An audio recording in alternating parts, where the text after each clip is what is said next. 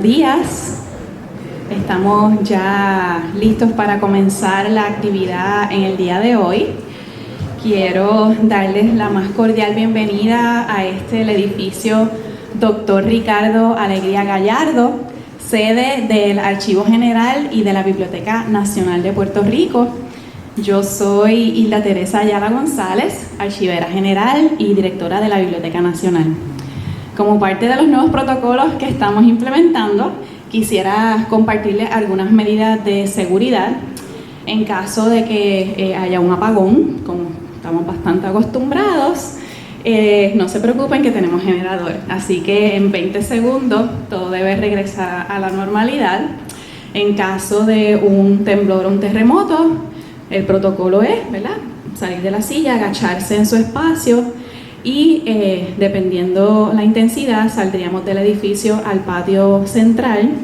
En caso de advertencia de tsunami no saldremos al patio y los dirigiremos a las partes más elevadas del edificio. Es para mí una gran alegría poder presentar esta iniciativa que con tanta responsabilidad, cariño, esmero hemos llevado a cabo por el pasado año. Esta actividad está siendo grabada para eventualmente poder continuar con el proceso de difusión de estos elementos tan importantes con nuestra responsabilidad en el Archivo General. Quisiera llamar aquí al podio a la doctora Nancy Santiago, quien va a dar unas palabras en nombre del director ejecutivo, quien no pudo acompañarnos en la mañana de hoy.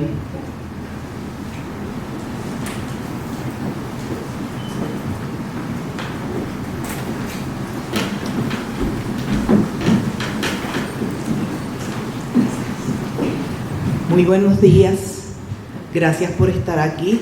Para nosotros es un honor recibirles en esta Casa del Archivo. A nombre del director ejecutivo Carlos René Ruiz Cortés y del subdirector Freddy Vélez García, les doy la bienvenida. Para quienes vivimos esa época o a quienes nos contaron sobre ella, visto a la distancia, nos parece algo irreal. Fueron, a no dudar, tiempos sufridos, tiempos difíciles. Hay quien no llegó a sobrevivirlos. He aquí la importancia del legado que estos registros históricos nos presentan hoy. Así que disfrútenlos y a todos un feliz día.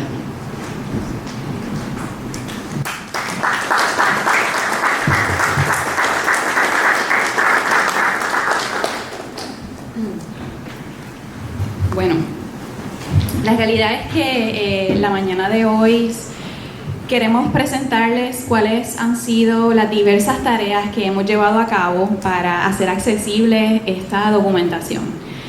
Ustedes casi nunca tienen oportunidad de ver el trabajo que se realiza desde las tareas archivísticas y entendimos que era una buena oportunidad para que todos conocieran la responsabilidad increíble que nosotros tenemos para con estos documentos y que entendieran, ¿verdad?, porque a veces nos tardamos un poquito en hacer las cosas. No es un proceso que es sencillo, es un proceso que lleva mucha meticulosidad y queremos compartir con ustedes lo que para nosotros, ¿verdad?, le llamamos el proyecto CLEAR. Quiero presentar aquí al equipo de trabajo. Aquí tengo al archivero Marcos Nieves, el archivero de la Unidad de Música y Sonido,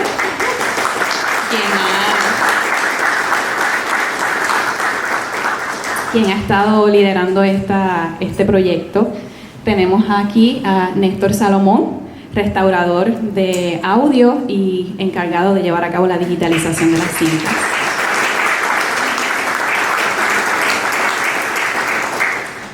Alberto Sayas, quien ha estado con nosotros por los pasados meses, enfocado en la preservación, el almacenamiento y la gestión de los archivos digitales que se crearon con el proyecto.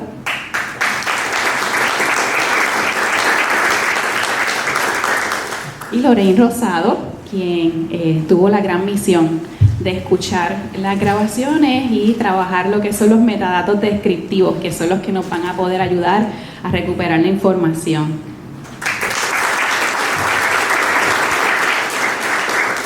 Una vez mostremos las tareas que se llevaron a cabo, vamos a presentarles el proyecto de difusión en donde hay una muestra de estas grabaciones disponibles ya en el archivo virtual del Instituto de Cultura Puertorriqueña, y culminaremos la mañana de hoy con un recorrido por la exhibición Subversiones Sonoras, que está en la sala A en la entrada del edificio. Quiero invitar a Marcos Nieves para que hable un poco de lo que son las carpetas.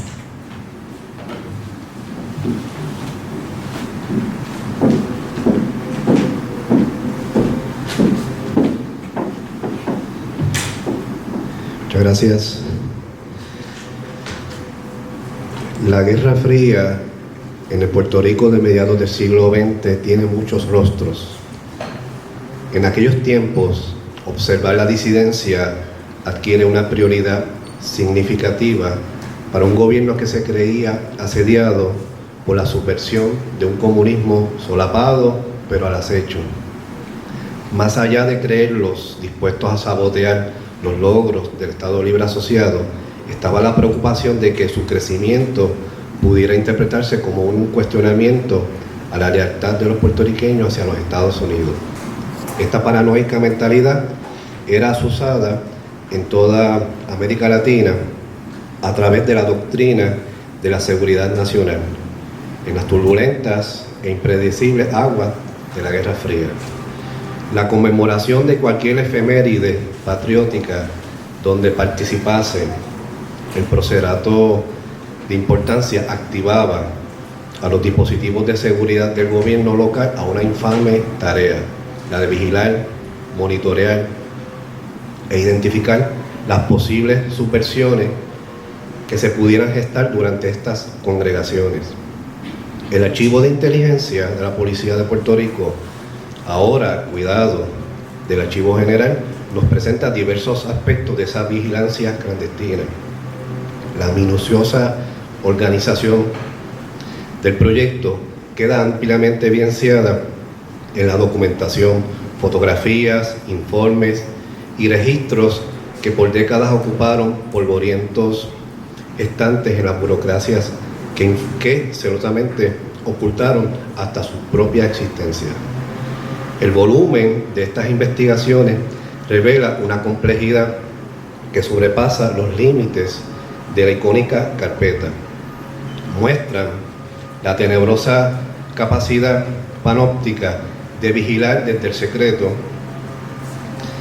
de representar al otro desde la mera especulación y de criminalizar subjetividades a partir de acciones meramente asumidas.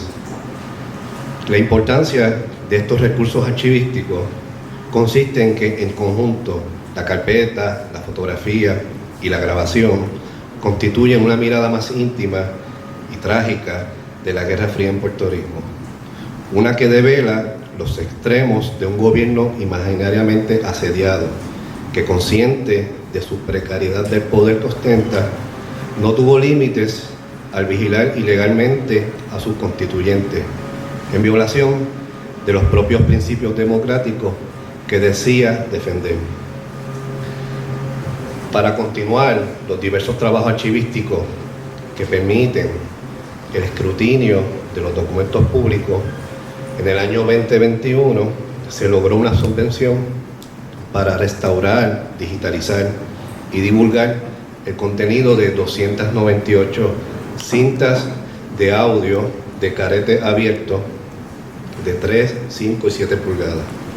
El resultado de este esfuerzo redundó en un total de 390 horas de grabaciones relacionadas principalmente con las diversas actividades públicas de organizaciones políticas y cívicas entre las décadas de 1960 y 1970. El proyecto permitió, además, una exhaustiva documentación de su contenido y el realmacenamiento de las cintas originales en cajas de calidad archivística para su conservación a largo plazo.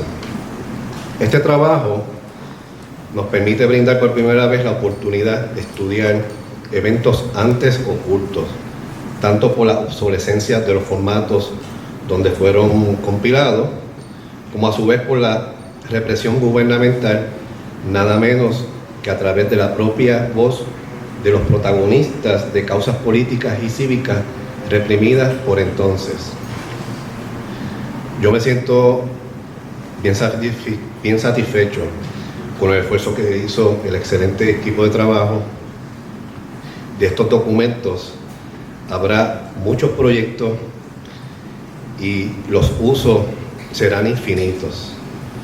El Instituto de Cultura Puertorriqueña y el Archivo General han cumplido con su responsabilidad de preservar nuestra historia y las carpetas son parte de ella.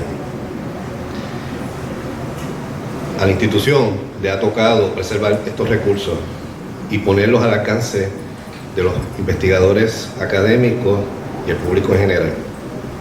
Con este proyecto, la institución afianza su compromiso con la historia y con quienes estudian estas fuentes primarias. Gracias.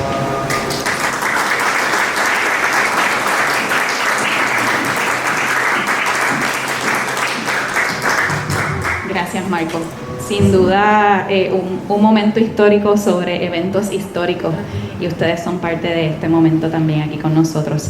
Ahora quiero invitar a Néstor Salomón para que nos hable un poco del proceso de restauración, evaluación y digitalización de esta cinta.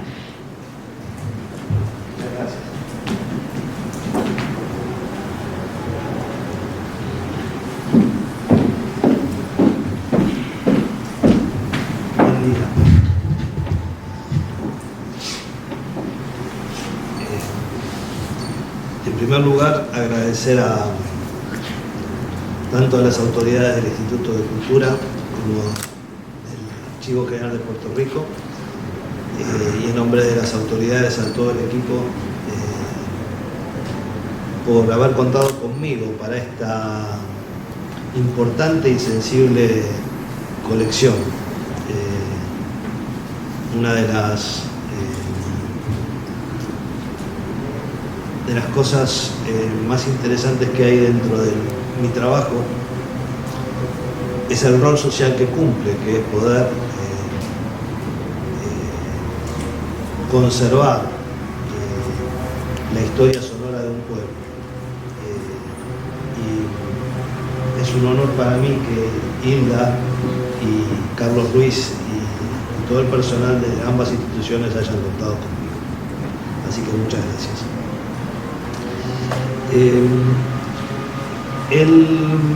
Esta colección no se escucha. Hola. Más fuerte, por favor. Oh, ahí. Hola, ahí estamos. Okay. En cuanto a esta colección de casi 300 cintas, se hizo el proceso de digitalización. Vamos a hablar de conservación del material sonoro. Dentro de la conservación del material sonoro hay distintos procesos.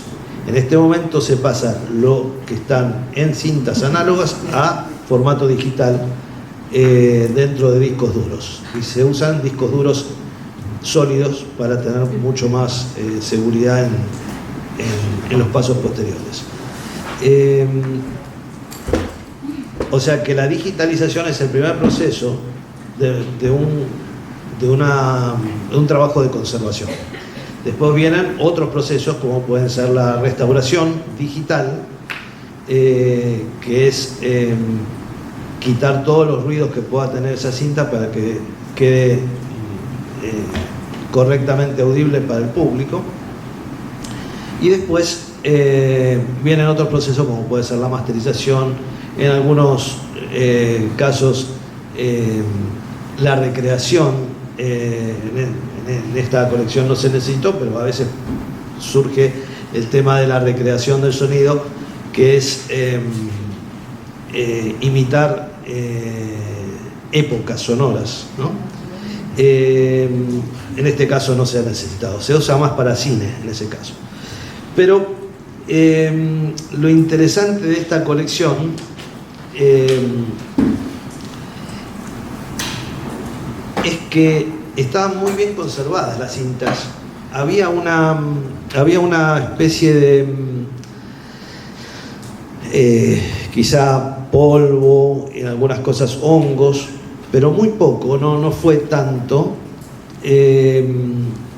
Y se pudo físicamente restaurar cada cinta.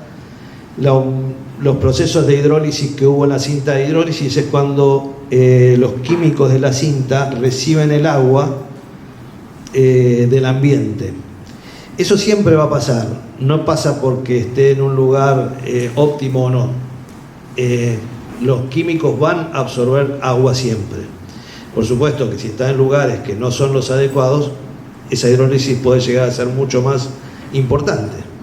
En este caso, en los procesos de hidrólisis, donde la cinta se empieza a ver como ondulada y se corta con facilidad y hay que editar, en la inspección de la cinta se ve esa hidrólisis y lo primero que se hace es justamente hacer un proceso de deshidratación de la cinta,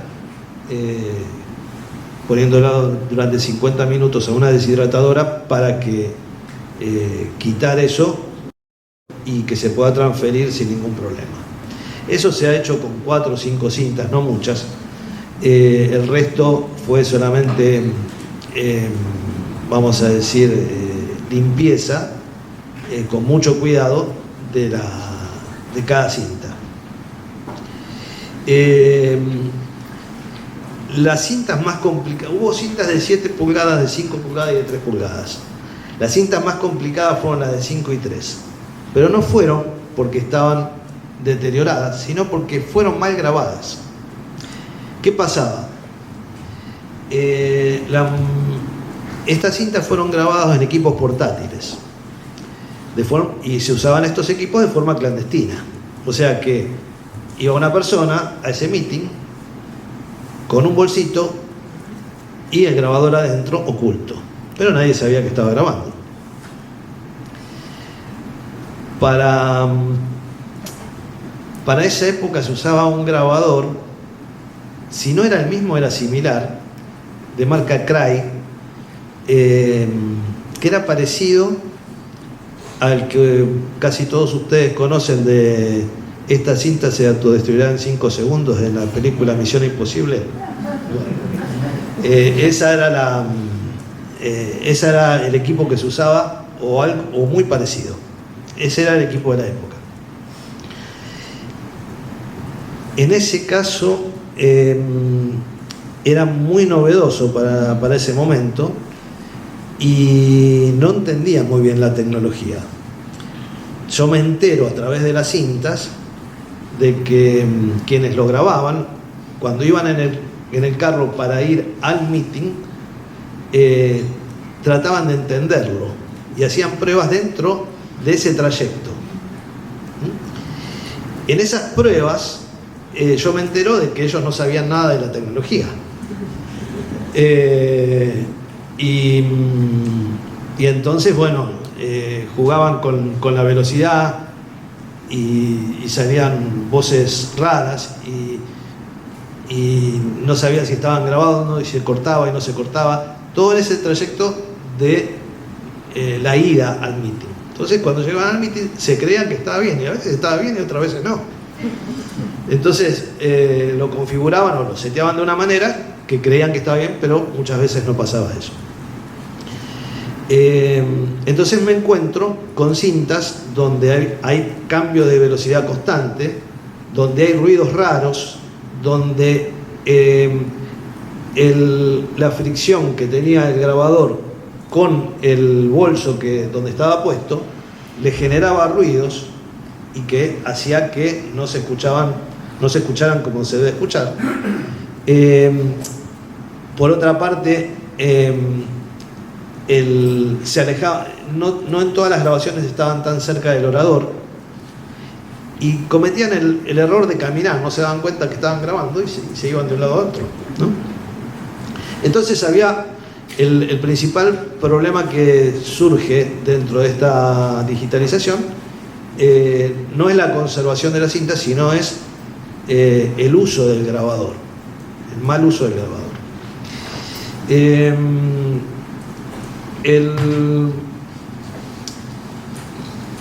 Entre los problemas técnicos que uno podía escuchar era el promedio de la señal ruido muy variable, o sea que eso tenía que ver con que se acercaran o no al orador, entonces se escuchaba más el ambiente o el contenido. Frecuencias constantes, por ahí escuchabas en una parte pip y seguía ese pip constantemente porque algo había pasado en el grabador, como estaba dentro y no podían cambiarlo, quedaba así. O se acercaban a, por ahí cerca de algún parlante y generaba cierto feedback que no se percibía al aire, pero sí en la grabación. Después hay otros sonidos, como se llama técnicamente el hiss y el hum. El hiss es cuando se escucha el soplido ese de una cinta, y el hum es cuando hay problemas de cable, ¿no? No hay otra manera de explicarla de esta manera, disculpen. Y entonces esos ruidos después se podrían mejorar, quitar en el próximo proceso, que es la restauración de audio digital. Los ruidos ambientes de estos meetings han sido muy interesantes porque dejan una imagen visual dentro de la grabación. Nos sitúan qué estaba pasando mientras el orador hablaba. Así que el ruido ambiente, yo soy partidario que en el futuro, en las próximas procesos de restauración, no se quite totalmente, porque puede darnos algunos indicios de cosas. Bueno, después cortes de audio que era justamente por no desconocer la máquina, ruidos a cable, variaciones de amplitud. Esto pasaba mucho. Hay partes de bajo volumen y alto volumen. Yo traté con una edición simple de emparejarlo para que esté por lo menos escuchable. Había también problemas que se reutilizaba la cinta, se volvía a grabar y se podía percibir que había grabaciones en reversa, o sea, al revés. Había que hacer un proceso de reversa para que se pueda entender y empatar para que siga el mismo contenido, ¿no? Después,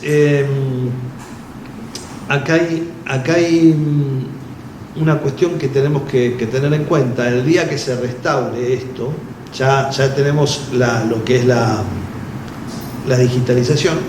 Una vez que lo empecemos a restaurar digitalmente, vamos a tener contenidos que se escuchan muy bien, pero hay que quitar ruidos, y otros que se escuchan muy mal y no están como para ponerlos en internet, pero sí están para transcribirlos. Así que no se va a perder el contenido, porque eso puede llegar a escucharlo y que esté en papel. Así que la restauración va a tener esos dos fines: que puedan quedar para internet o que puedan quedar para que sean muy bien escuchados para ser transcriptos. Después hay otras cintas que no habían problemas de grabación, porque fueron grabadas en emisoras de radio. Entonces, fundamentalmente las de 7 pulgadas. Así que ahí no va a haber problema. En esas de 7 pulgadas hay material muy interesante que a mí no me corresponde entrar en el contenido. Ustedes van a tener la posibilidad de escucharlos y y darle el valor que merece el contenido de cada cinta. Una de las cosas que también cualquiera de ustedes que acceda al contenido por una investigación va a poder observar es que antes de empezar el contenido hablado, van a poder escuchar unos segundos de ruidos ambientes, de hiss, y bueno, eso tanto al principio como al final. Eso queda porque luego esas partes se van a necesitar para los procesos de restauración, para tomar muestras de cuál es el ruido y trabajar para quitarlos durante toda la... O sea que si hay unos 20 o 30 o un minuto de ruidos antes de empezar, el culpable fui yo, para que después se haga el proceso de restauración con esas muestras. En cuanto a lo físico de este trabajo, está correctamente bien. Lo único que indiqué a mis compañeros que había cintas con humedad y que esa humedad por ahí se traspasaba a las cajas, y esas cajas habría que cambiarlas, y se ha hecho así, ¿no? Así que eso fue lo único que... Una de las cosas interesantes para tener en cuenta es a qué resolución de audio se grabó, se digitalizó. Estas grabaciones no pasaban de 10 kHz de audio real. ¿A qué me refiero con esto? El oído humano puede escuchar de 20 Hz a 20 kHz. Un CD nos puede dar una calidad de sonido para escuchar de 20 Hz a 20 kHz. Ahora, ¿qué pasa? En este caso, estas cintas estaban grabadas para ser escuchadas en 10 kHz como máximo. Entonces, con una calidad de 44.1, que es la del CD, sobraba para, vamos a decir, almacenar esto en disco duro. Claro, hay entidades archivísticas que dicen no, tiene que estar a 96 kHz. Tiene que estar a 96 kHz si cada máster lo necesita. Si no, no. ¿Por qué? Porque le estamos poniendo algo en una caja, algo muy chico dentro de una caja muy grande. Y en realidad no tiene sentido ocupar tanto espacio, tanto peso de disco duro, para no utilizarlo, porque hay aire en la gran parte del espectro sonoro. Así que por esa razón toda la digitalización se hizo a 44.1 kHz, 24 bits o 32 bits flotantes, ¿no? En este caso estoy muy contento de lo que pudimos lograr. Un 90% de todo el trabajo tiene una legibilidad sonora impresionante, que podemos escuchar todo con mucha claridad, y lo que resta va a ser procesos de restauración, que ahí sí vamos a poder llegar al 100% sin ninguna duda. Así que bueno, no sé si hay alguna otra cosa más. Acá se trabajó sobre exacto como estaba el material, y con mucho respeto a Puerto Rico y a su historia, por todo lo que conlleva esta colección tan sensible e importante. Bueno, muchas gracias, y esto es todo.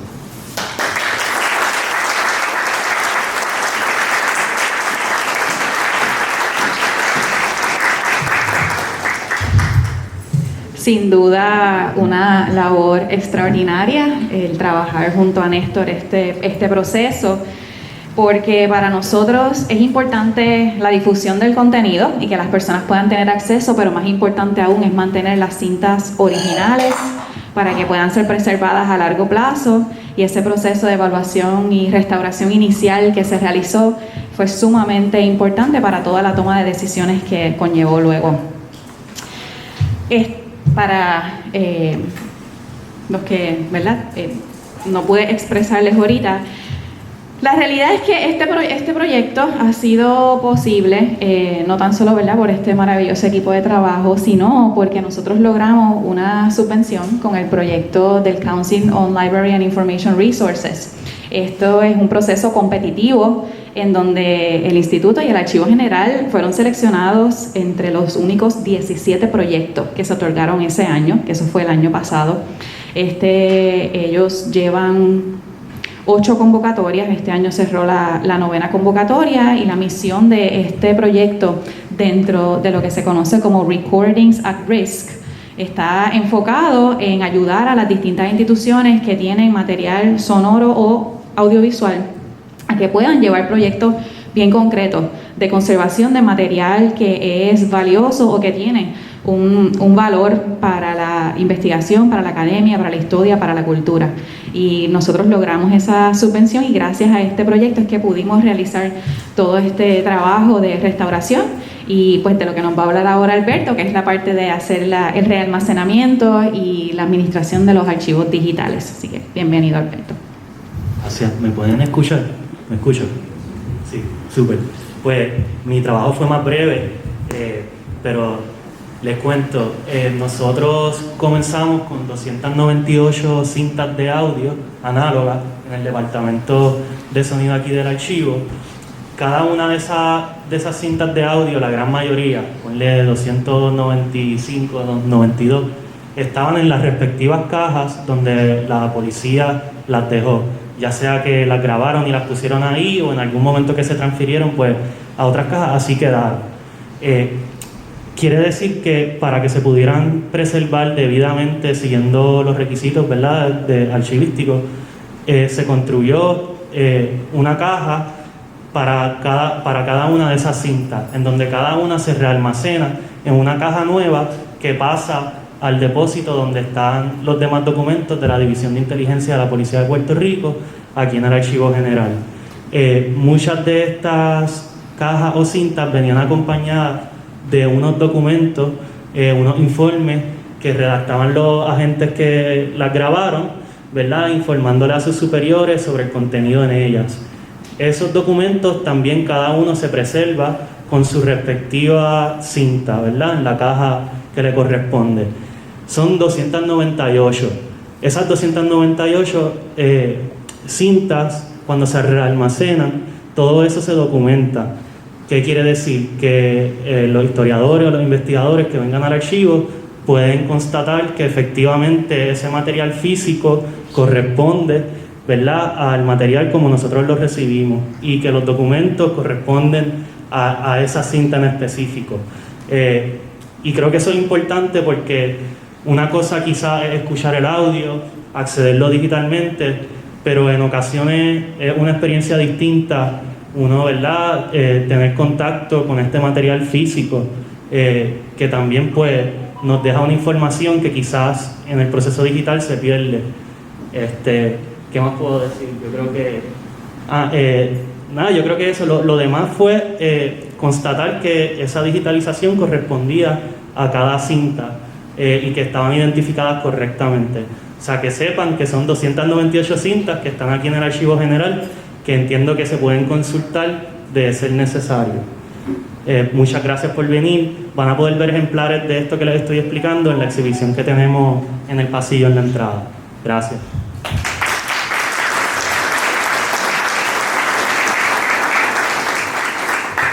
Otra oportunidad que nos brindó este proyecto es poder integrar al equipo de trabajo gente joven, interesada en la archivística, interesada en la conservación de nuestra memoria. Y para nosotros, al tener la oportunidad de compartir con personas que tienen estos mismos intereses, poder brindarles y compartir nuestro conocimiento con ellos para que conozcan, ¿verdad?, la importancia de gestar los archivos desde la conciencia y siempre desde las mejores prácticas que existen al momento. Adicional a lo que comenta Alberto, y aquí pues realmente todos trabajamos en equipo y aunque quizás yo agradezca a algunos en particular, todo el mundo apoya de una forma u otra.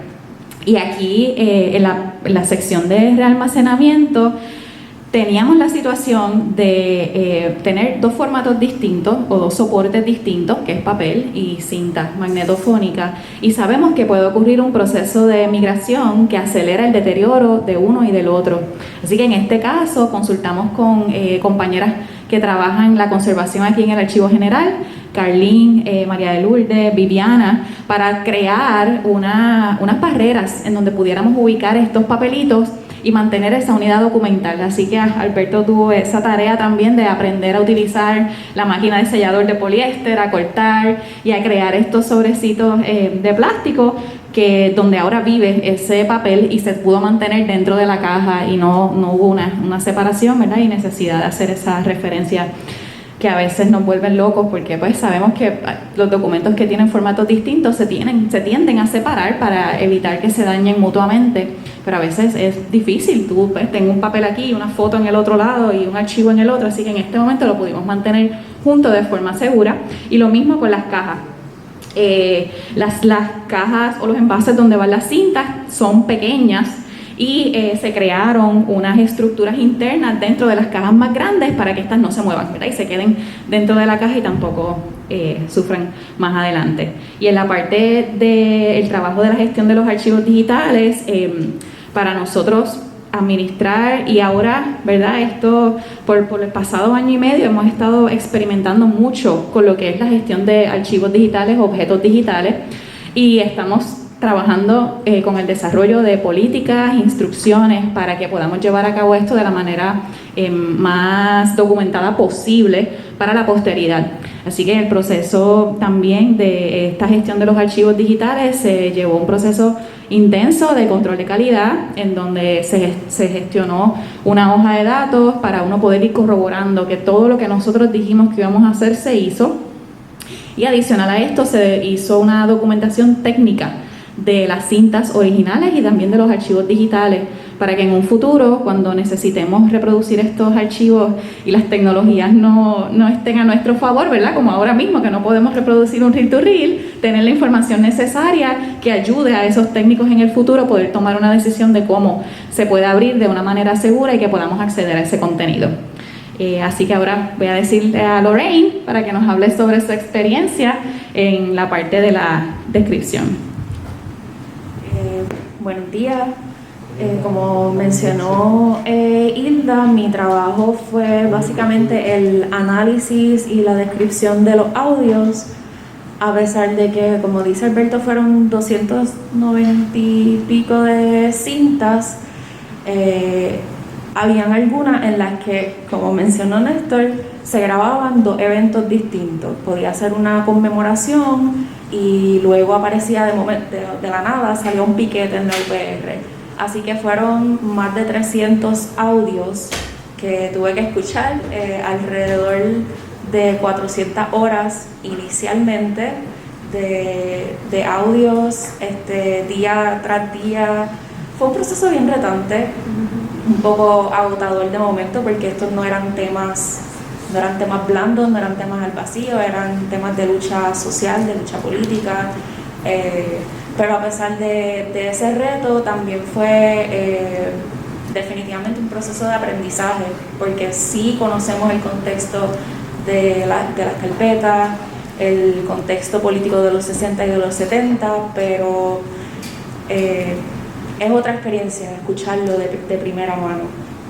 Yo estuve trabajando, como les mencioné, con la descripción, iba escuchando cada audio, se hacía un recogido de la información del tema que se estaba tratando en el audio, las figuras principales, lugar, qué se estaba celebrando, ese tipo de detalles fue lo que yo trabajé mayormente. Y nada, le exhorto a que tengan la oportunidad de escuchar esto aquí en la exhibición.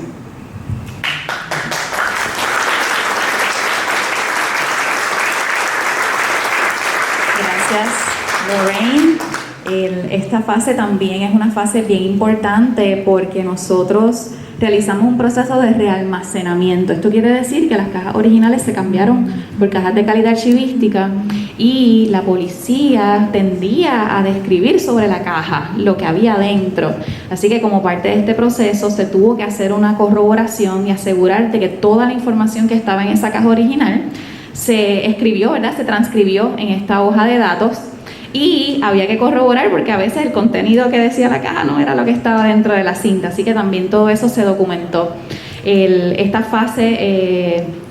fase no hay realmente difusión porque el audio, a menos que uno se siente a transcribirlo, no hay forma de uno hacerle búsqueda. Así que teníamos que recurrir a el oído humano para poder extraer esa información que nosotros, ¿verdad?, entendíamos que podía serle de beneficio al investigador y a la investigadora, pero al final, ¿verdad?, queda de ustedes el sentarse a escuchar estas grabaciones y extraer lo que ustedes entiendan, ¿verdad?, que necesiten. Esta hoja de datos la voy a mostrar, está disponible para todo quien la quiera utilizar.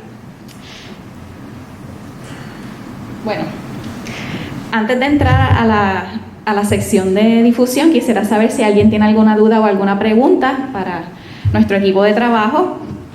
¿Cómo estamos, arqueólogos? Bienvenidos. Yo tengo varias preguntas, pero quería saber si está incluido en esta información quién estaba haciendo la grabación. Si la grabación decía, yo soy fulano de tal, voy a grabar este día tal cosa, y me pidieron que fuera tal sitio, o sea, hay una identificación de la persona. Y si había una unidad especial dentro de la policía encargado de grabar y la tercera pregunta, si también hay algún archivo en algún lugar, o sea, hace alguna referencia de archivo de películas, de video y de fotografía. Okay. Porque hay muchas fotografías que se tomaron en esa época, que algunas están en las carpetas individuales de cada uno de nosotros, pero hay muchas fotos que no se sabe dónde están. Yo puedo contestar 2 de las 3 preguntas, no sé si Marcos me pueda ayudar con una de ellas. Número 1, en muchas de las cintas sí la persona dice quién es, no en todas. Número 2, aquí en el Archivo General nosotros tenemos como parte de lo que, nosotros le llamamos las carpetas, pero las carpetas es mucho más. Esto es parte del fondo de la Policía de Puerto Rico, División de Inteligencia. Y como parte de esto tenemos fotografías que eventualmente, ¿verdad?, como parte de los proyectos que seguiremos gestando, se trabajará un proceso de digitalización de las fotografías. Creo que tenía una muestra de una de las fotografías aquí. Cuando vayan a la exhibición van a poder verlas, ¿verdad?, algunas de estas fotografías que acompañan estos documentos. Y también habían grabaciones de películas. Y estas grabaciones se han ido digitalizando. Maricel Flores llevó a cabo un proceso de digitalización de Cerro Maravilla, que estaban en VHS o eran Betacam. En VHS. Y también se ha estado realizando un proceso de digitalización de los 16 milímetros. Actualmente tenemos a un equipo colaborando con nosotros internado/voluntariado, que están trabajando la parte descriptiva de lo que son estas películas que forman parte del fondo de la policía. Así que prontamente pues, también tendremos una oportunidad para divulgar ese contenido. Aquí en la exhibición van a poder ver una composición que creó Sofía Gallizá de algunas de estas películas que ya se están digitalizando. Contesté todas. Me quedó una, que además de dentro de la división, si había un programa especial que se encargaba de hacer las grabaciones, esa yo no la sé.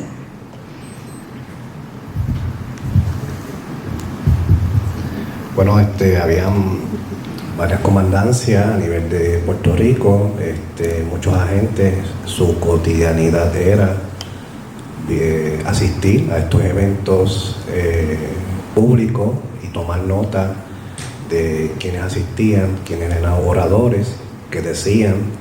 En algunas carpetas hay extractos de discursos, depende del contexto, ¿verdad? Si habían piquetes o habían situaciones choques, por ejemplo, en la UPR, frente al Pontón.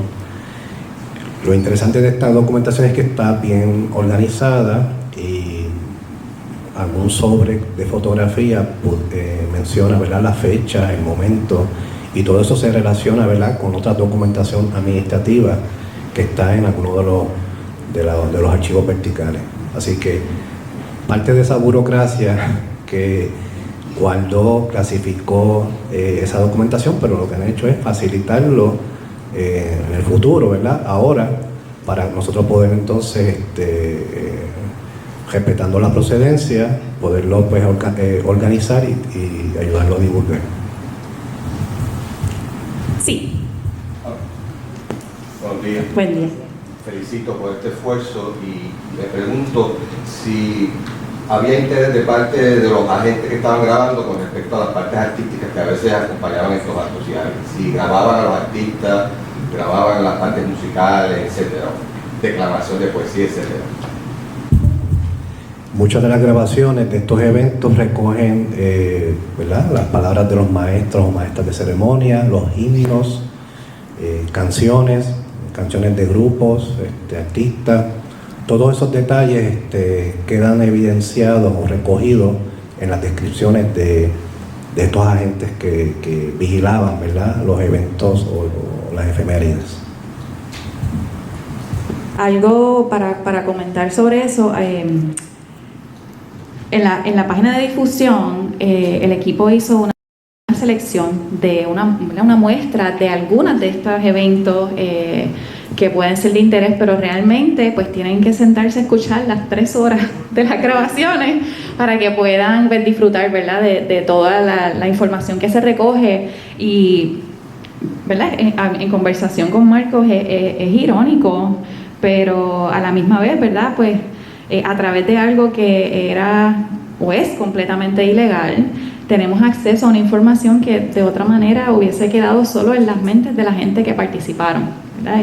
Eso es una contradicción, pero desde el acceso a la información, pues tenemos esta oportunidad. Ellos documentaban todo, eran especialistas en escribir, ¿verdad?, y describir el contenido y explicar lo que acababa de pasar, quién estuvo. Pero de todas maneras, ¿verdad?, esto es una grabación sonora. Nosotros igual no se puede constatar, ¿verdad?, porque nosotros no estábamos allí. Así que queda de parte de ustedes, ¿verdad?, hacer esa investigación. Vi por aquí otra preguntita. Sí. Buenos días. Buenos días. Felicitar a Marco porque sé que este sube cuando yo estaba haciendo mi disertación, vine aquí, recuerdo, 2014-2015, porque yo conocí a Marco, y entonces eso fue lo primero que le pregunté. Yo dije, de esto que yo encuentro aquí, que hay una descripción que dice que Noel Hernández cantó, que Tori Brown, o incluso intérpretes de la nueva canción que no llegaron a grabar disco. Entonces yo le preguntaba a él si existían grabaciones sobre eso, y entonces él me habló de las grabaciones de Clip, pero que no se habían digitalizado. Y recuerdo, y aquí viene una de mis preguntas, recuerdo que me habías enseñado una grabación, porque yo le comenté que mi papá pues, fue técnico de radio y televisión y tiene montones de grabaciones y grabadoras extrañas. Pero recuerdo que me llegaste a enseñar una grabación que era como un cartucho extraño que yo nunca había visto. Yo no sé si esa, entiendo que por lo que se está digitalizando de los 60 para acá, yo no sé si era algo de los años 50, de la insurrección, no era. No. Es que recuerdo que había algo bien antiguo que me enseñan que eran como unos cartuchos, era algo bien extraño, que no estaba relacionado con una carpeta. Digo, lo estoy poniendo aquí. Bueno, como está Néstor aquí, también nos puede ayudar. Son como unos discos de vinil que era una máquina que usaban las agencias o las oficinas donde podían dictar cualquier, ¿verdad?, reunión, minuta. La policía pues tenía de esas máquinas, y en el contexto de los 50, de los choques con nacionalistas, ¿verdad?, hay ese tipo de grabación de eventos y de situaciones notas dictáfono, así se le llama, sí. Esos formatos los tenemos y pues, como son muchos proyectos que vamos a llevar a cabo, a desarrollar, pues uno de esos es ir un poco más atrás en el tiempo, en el contexto de los 50. Tengo muchas más preguntas, pero... Ok, wow, que hay muchas manos. Vamos por aquí primero. Sí, buenos días. Tenía una pregunta de la cantidad de las cintas que llegan al proyecto de digitalización. ¿Corresponden a todas las cintas magnetofónicas que trabajó la policía en el periodo estudiado, o hubo información que se perdió antes de llegar aquí a la... Me pregunto porque en la historiografía puertorriqueña se menciona un proceso de destrucción de evidencia como una carpeta, me parece que estoy en la lista de cabras, de parte de la policía. Quería saber si sucedió algo así con las grabaciones que posiblemente pues, no llegaron aquí, o si esas 298 cintas fueron todas las que la policía utilizó en esta vez. Es bien difícil contestar eso. Nosotros podemos contestar por lo que hay aquí. Y dentro del proceso de organización, inventario y conocer todavía lo que hay ahí dentro, esto es lo que se ha identificado hasta el momento. Y Marcos me puede corregir. La mayoría de las grabaciones son eventos públicos, no son investigaciones en curso, específicamente con temas bien sensibles. Yo creo que por eso se preservaron, porque para los comandantes o agentes que estuvieron, guardaron eso, pues quizás pensaron que eso no era tan sensible o tan problemático.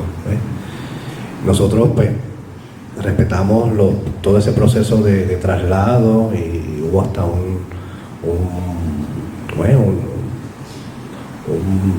todo un debate, ¿verdad? Si se preservaban o no ese archivo.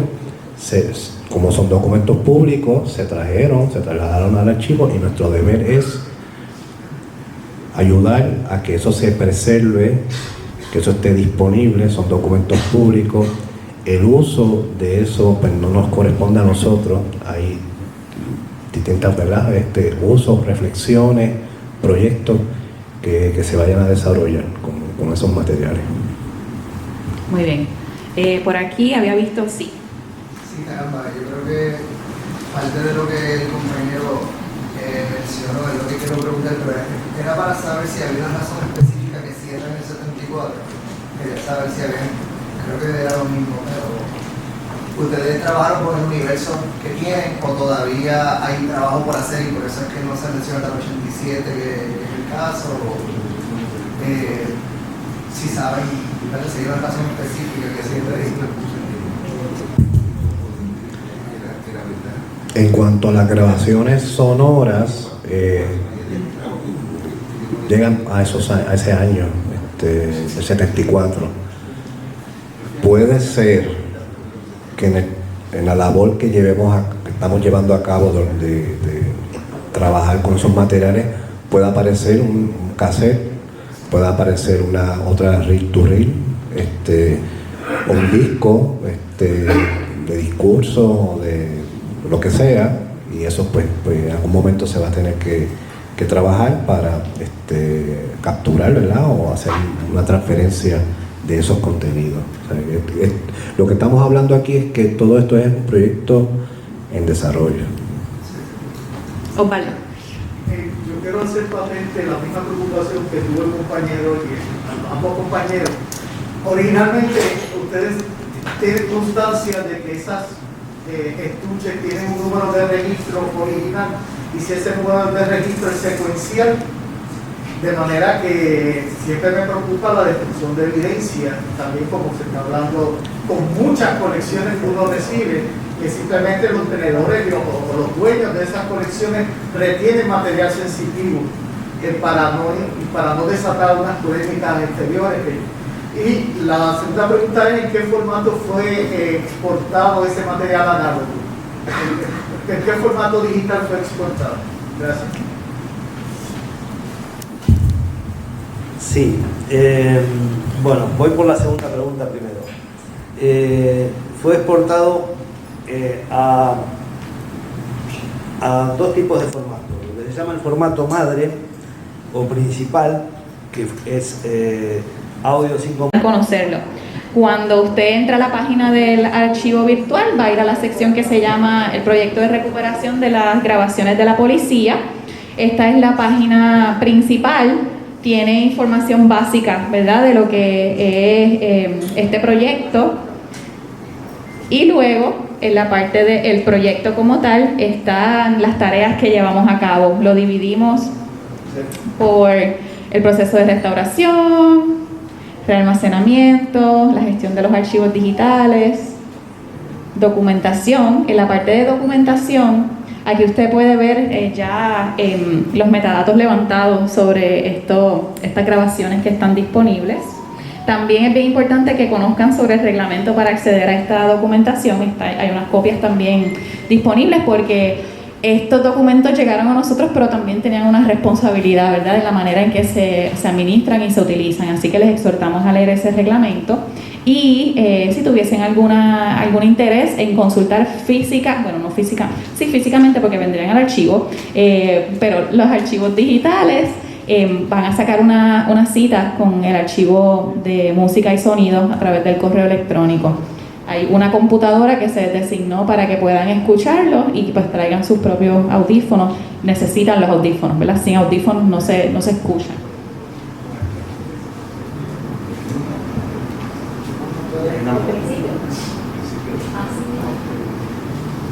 Pero pueden seguir de aquí también. Al principio de la página, lo olvidé, perdón, se realizó un extracto, ¿verdad? Un campo, nuestro amado don Pedro empieza por poblar los horizontes morales de la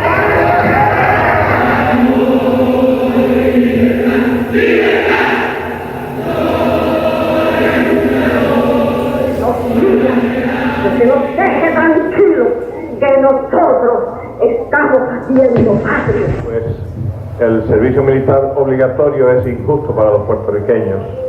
Es injusto por varias razones. De que haya militancia, de que haya valor para luchar por estas cosas que son tan sagradas en la historia de la patria y en el recuerdo de Puerto Rico. Muchas gracias. ¿Y cómo se ve la palabra? Bueno, yo soy independentista, primero que nada. Creo en la libertad del pueblo de Puerto Rico. Se compraron un par de altavoces y tomaron la corriente eléctrica de la Casa Alcaldía de Fajardo. El acto fue transmitido por la estación de radio WMDD de Fajardo, Puerto Rico. Bien, eso es una pequeña muestra. Pero para escuchar un poquito más del contenido, hicimos una selección de algunas de estas grabaciones y las pueden escuchar desde cualquier lugar. Hay unas pequeñas instrucciones de uso y aquí están los archivos como tal. Puedo poner...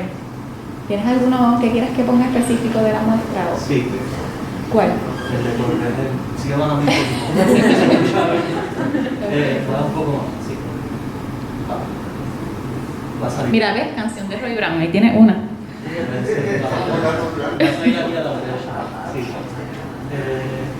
Allá lo pasó. Ahí 69, conferencia con Antonio Correa. Este es cortito.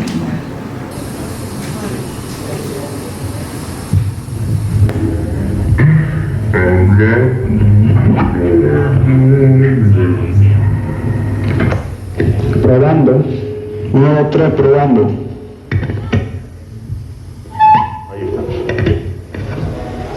Amigas y amigos, este es el texto de la conferencia.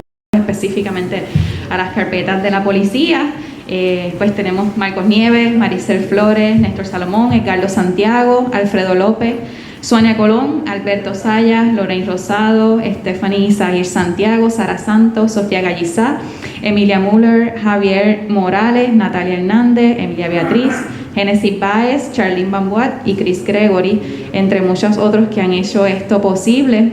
Quiero ahora, pues nada, pasarlos con Marcos para que vayamos a ver la exhibición y agradecerles a todos y a todas y a todos su presencia. Y pues ya saben, esto está aquí para difundirlo y continuar aprendiendo.